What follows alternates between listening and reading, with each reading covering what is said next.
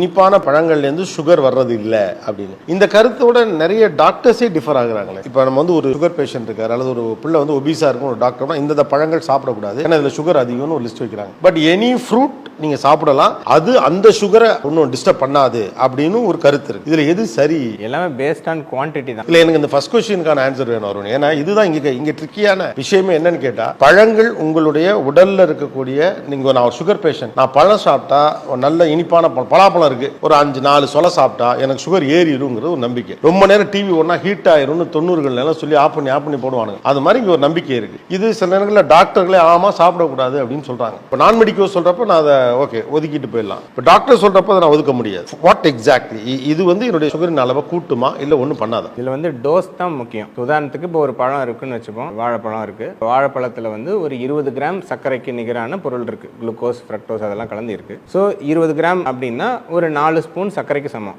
ஆனா ஒரு வாழைப்பழத்தை சாப்பிட்றது 4 ஸ்பூன் சர்க்கரை சாப்பிட்றதும் ஒரே அளவுல சர்க்கரை அளவுகளை ரத்தத்தில் ஏத்தாது. ஏன்னா வாழைப்பழத்துல சர்க்கரை வெறும் சர்க்கரையா இல்லை, அது அந்த நார்ச்சத்தோட சேர்ந்து இருக்கு. ஸோ இந்த 4 ஸ்பூன் வெறும் சர்க்கரை சாப்பிட்றத விட இந்த வாழைப்பழம் கொஞ்சம் மெதுவாக தான் சர்க்கரை ஏற்றும், கொஞ்சம் ஏற்றும். ஏன்னா அது ஒரு மாவு. அதுதான் எனக்கு புரியல. இப்போ இவங்க சொல்றது படி, கேஸ்ட்ரான்டாலஜி சொல்றது படி பழங்கள் நீங்க சாப்பிடலாம், அது உங்களுடைய சர்க்கரை அளவு ஏத்தாதுங்கிறாங்க. இதுல மற்ற பழங்கள்லாம் கூட அப்புறம் வருது. முதல்ல முக்கணிகள் தான், மாப்பழம், வாழை. ஏன்னா இன்னமும் சொல்ல போனா கன்சம்ஷன் அதுதான் அதிகம். மற்ற ஃப்ரூட்ஸ் இப்போ நியூ ஜென்ரேஷன் பசங்க இந்த என்னென்னமோலாம் சாப்பிட்றாங்க. பட் ஜென்ரலா ஆவரேஜா பார்த்தீங்கன்னா ஒரு ஃபேமிலியோட மிடில் கிளாஸ் ஹேபிட்ல நைட் 2 பழம் சாப்பிட்டு தூங்குறது, காலையில பாத்ரூம் போகல ஃப்ரீயா இருக்கும் அப்படிங்கிற ஒரு நம்பிக்கை இருக்கு. பலாப்பழம்லாம் இப்போ கிடைக்கிறப்ப சாப்பிட்டுக்கணும் அப்படிம்பாங்க. மாம்பழம்லாம் சீசன் வந்து அவன் வெறியாகி சாப்பிட்றான். அப்ப மாம்பழம் சாப்பிட்டா சுகர் ஏறுமா, பலாப்பழம் சாப்பிட்டா ஏறுமா? டைப் 2ல இருக்கக்கூடிய ஒரு டயபெட்டிக் பேஷண்ட் இந்த முக்கணிகள்ல சாப்பிடலாமா? அதாவது ஃபர்ஸ்ட் ரெண்டா பிரிச்சுக்கலாம். இப்போ நம்ம இட்லி தோசையில இருக்கிறது நம்ம எனர்ஜி தரக்கூடியது கார்போஹைட்ரேட்ஸ், மாவுச்சத்து. அதே தான் பழங்கள்லையும் இருக்கு. ஆனா ஒரு இட்லி தோசையை விட பழங்கள் வந்து கொஞ்சம் மெதுவாக தான் சர்க்கரை அளவுகளை ஏற்றும். இப்போ ஒரு வாழைப்பழத்தில் 20 கிராம் மாவுச்சத்து இருக்கு. 5 வாழைப்பழம் சாப்பிட்டா தான் ஆக்சுவலி 100 கிராம் மாவுச்சத்து கிடைக்கும்.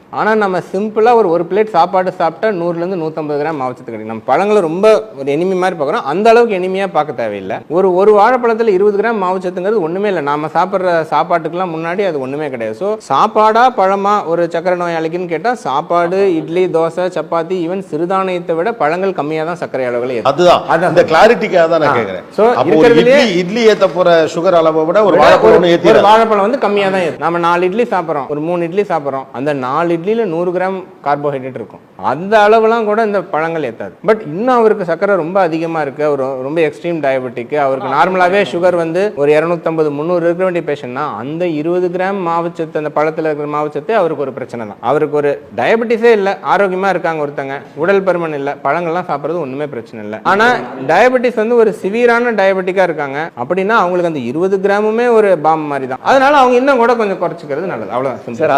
அதோட ஃபாலோ அப் வந்து அதே இது நீங்க ஃபர்ஸ்ட் 10 வருஷத்துல உங்க குழந்தைங்களுக்கு நல்ல பழங்கள், காய்களை கொடுத்து வச்சுக்கோங்களேன், அந்த பிரச்சனையே வராது. நீங்க சொன்னபடி அதாவது அந்த பாக்டீரியாக்கள் நல்லபடியாக உருவாகி இருந்தா நீங்க 30 வயசுல டயபெட்டிஸ் வந்துட்டு எவ்வளவு சுகர், என்ன சாப்பிடலாம், என்ன பண்ணணும்னு அவசியம் இல்லையே. அந்த ஒரு நாலேஜ் பேரண்ட்ஸுக்கு வேணும் சார். பேரண்ட்ஸ் வந்து வீட்டுல என்ன பண்றாங்களோ அதைத்தான் குழந்தைங்க பண்ணுவாங்க. பேரண்ட்ஸே வந்து pizza, burger, late night eating, sleeping எல்லாம் பண்ணோம்னா அதை ஈஸியா அடாப்ட் பண்ணிடுவாங்க. I know we are talking about life style, but food is the main problem. Even though நம்ம வந்து இப்ப இன்ஸ்டாகிராம், யூடியூப்லேயே பாருங்களேன் சார், நான் வந்து ஃபுட்டை பத்தி ஒரு ரீல் போட்டா 1 மில்லியன் வியூஸ் போகுது. இதே இது நான் கட் பாக்டீரியா, இன்சுலின் போட்டா ஒரே ஒரு லைக் தான் சார், அதுவும் நான் தான்.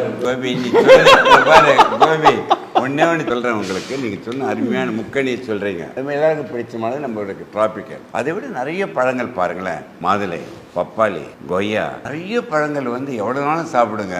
எல்லாத்தையும் ப்ரோபயாட்டிக்ஸ், ஃபைபர் கண்டென்ட், சுகரை குறைக்கும், எல்லாமே இந்த பழங்கள் சாப்பிட. இதுக்கு ஆப்பிள் தோலோட சாப்பிடுங்க, சாத்துக்குடி சாப்பிடுங்க, ஆரஞ்சு சாப்பிடுங்க, அதில் ரொம்ப இன்டெக்ஸ் கம்மி. அதில் நீங்கள் எவ்வளோ பழங்கள் எவ்வளோ எக்ஸப்ட் முக்கணியை மாத்திரம் கம்மி. பட் வாழைப்பழம் சொன்ன மாதிரி ஒன்று சாப்பிட்றதுனால தவறு இல்லை. பட் மாம்பழம், பலாப்பழம் டக்குன்னு கூட்டிடும். அதான் கேட்குறேன். Rich food, rich. அதில் வந்து இதில் என்ன பாயிண்ட்னா, இனிப்புக்கு நீங்கள் ஃப்ரூட் சாப்பிடலன்னா வேற என்ன சாப்பிட போறீங்க?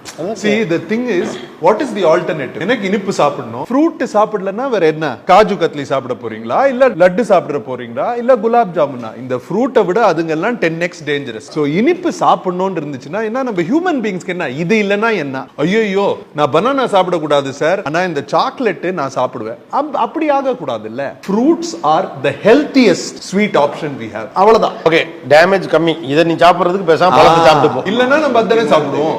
அந்த பலாப்பழத்தை பார்த்து இல்ல வேண்டாம் 100 கிராம் ஏறிற போதுன்னு பார்த்து அரை மணி நேரத்துல லட்டு கடை வந்தா நம்ம தான் ஃபர்ஸ்ட் போய் நின்று சாப்பிட்டுட்டு. சோ அதுக்கு அந்த அந்த தர்ஸ்டை இங்க முடிச்சுட்டு போயிடலாம். ஆமா, இது பெட்டர்.